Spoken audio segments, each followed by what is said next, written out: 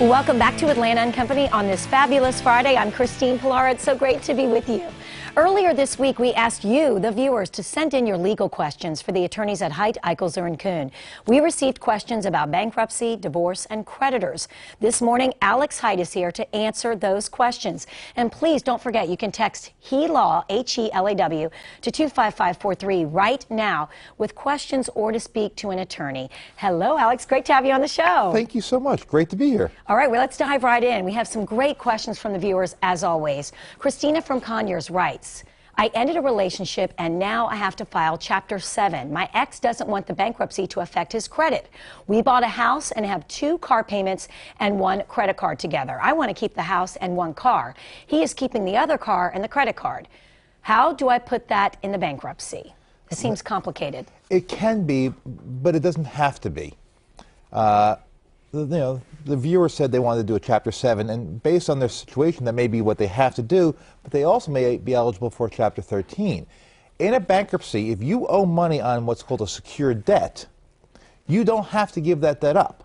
Now, there are all sorts of legal exceptions, and there are all sorts of rules regarding, so the best thing that she can do would be to call our office, make an appointment, come on in, no charge, just come on in, and we'll explain it. But what she wants to do very well may be possible. Okay, so she can certainly keep the house and keep the car if she can afford it. And the boyfriend or the ex-boyfriend can keep the other car.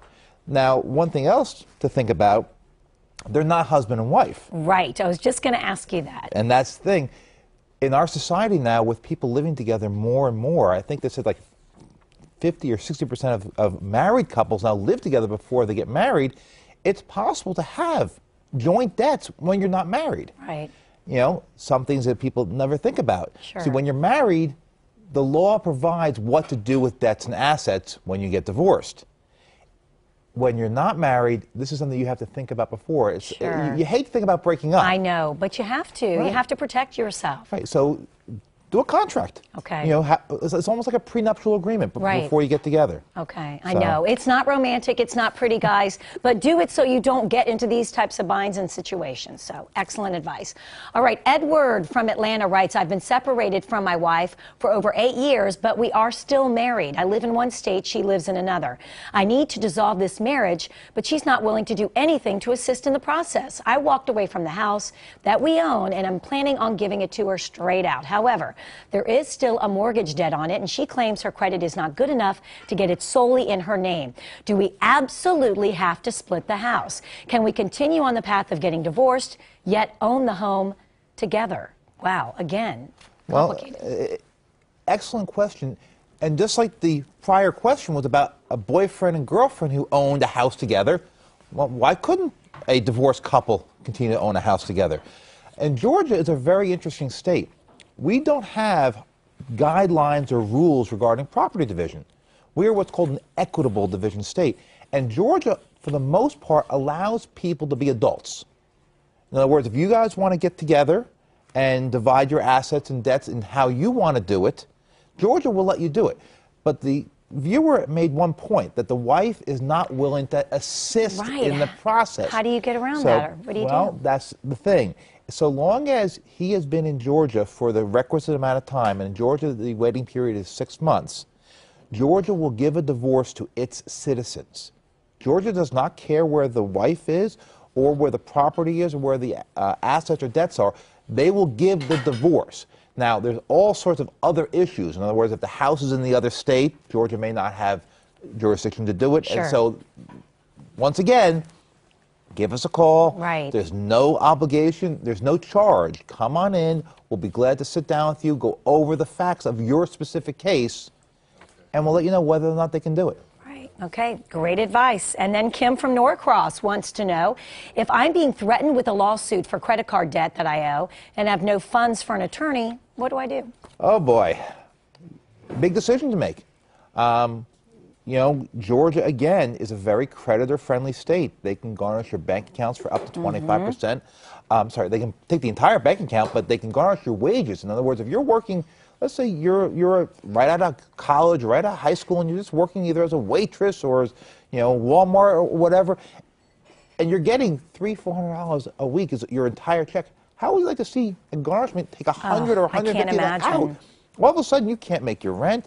So you've got to decide whether or not you're going to somehow find the way to pay for an attorney, or you're going to let the creditor just garnish your wages, because the creditor is going to ultimately get a judgment against you. Sure. The worst thing you can do is ignore the creditor. Don't enter into agreements with the creditor, but don't ignore it. You know, ignoring it is the worst in any situation. I don't care what you're going through in regards to your finances. And I know, you know, sometimes you want to, I've done this before when I was younger, you want to sweep things under the rug. You absolutely cannot. It is so important that you establish some kind of contact so they don't feel like they are tracking you down and you're hiding out from them. Some creditors will take $25 a month or something like that. And this is something really interesting, and it came up a long time ago. It's about 10, 15 years ago. The Supreme Court did rule that you could be too poor to file bankruptcy. What? Yes. The filing fee for bankruptcy in Georgia is for Chapter 7 is $306. If you don't have those funds... Oh, I didn't even think of that. Okay, how are you going to file? Right. You actually can be too poor. Now, there are they let you make the filing fee in payments and stuff like that. But if you couldn't make it, you can be too poor to file bankruptcy. Interesting. This is definitely your expertise, isn't it? So, well, as you know, we've had Liz here with you several times. Yes, I love her. I know. She's the... mostly does the domestic side. I do both, some of the domestic, and I do the bankruptcy side as well. Okay, terrific. And we have great questions from our viewers, and I hate to, you know, we love getting them the advice that they need. I hate to hear people going through these kinds of struggles, and that's why the experts are here to help. Don't leave matters into your own hands here. You know, that's what you're for. Well, thank you. And bankruptcy is no longer the stigma it used to be, and a big point that people need to remember that the laws are actually designed to help them. Right.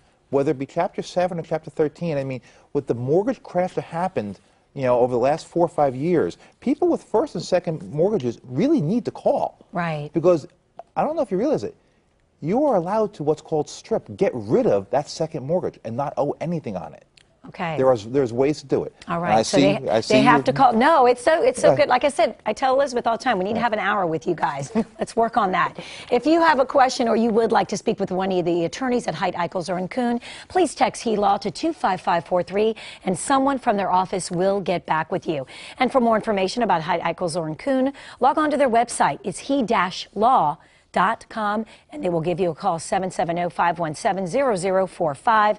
And this segment was paid for by Hait, Eichelzer and Kuhn. Great advice, as always. Love having you on here. Thank you. Thank you.